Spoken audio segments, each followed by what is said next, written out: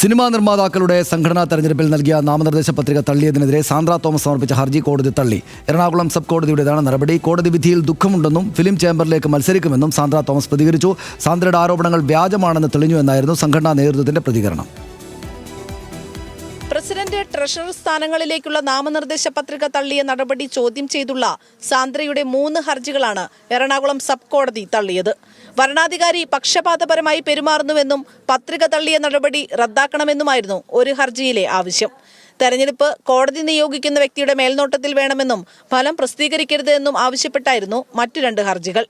ഈ 3 ഹർജികളും കോടതി തള്ളി. കോടതി വിധി മാനിക്കുന്നു എന്നായിരുന്നു സാന്ദ്ര തോമസിന്റെ പ്രതികരണം. എനിക്കങ്ങനെ നിരാശയൊന്നുമില്ല. കാരണം ഞാൻ നേരത്തെ തന്നെ പറഞ്ഞിരുന്നതാണ്, എല്ലാം കൊണ്ടും പവർഫുൾ ആയിട്ടുള്ള ആളുകൾക്കെതിരെയാണ് എൻ്റെ യുദ്ധം. അപ്പോൾ അതുകൊണ്ട് തന്നെ എല്ലാ സൈഡിൽ നിന്നും നീതി കിട്ടും എന്നൊന്നും ഞാൻ പ്രതീക്ഷിക്കുന്നില്ല.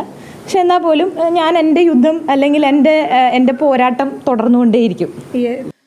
സാന്ദ്ര ഉന്നയിച്ച വാദങ്ങൾ വ്യാജമാണെന്ന് കോടതി ബോധ്യപ്പെട്ടു എന്നായിരുന്നു KFPA ഭാരവാഹികളായ B Ragesh, G Suresh Kumar, Listin Stephen എന്നിവരുടെ പ്രതികരണം.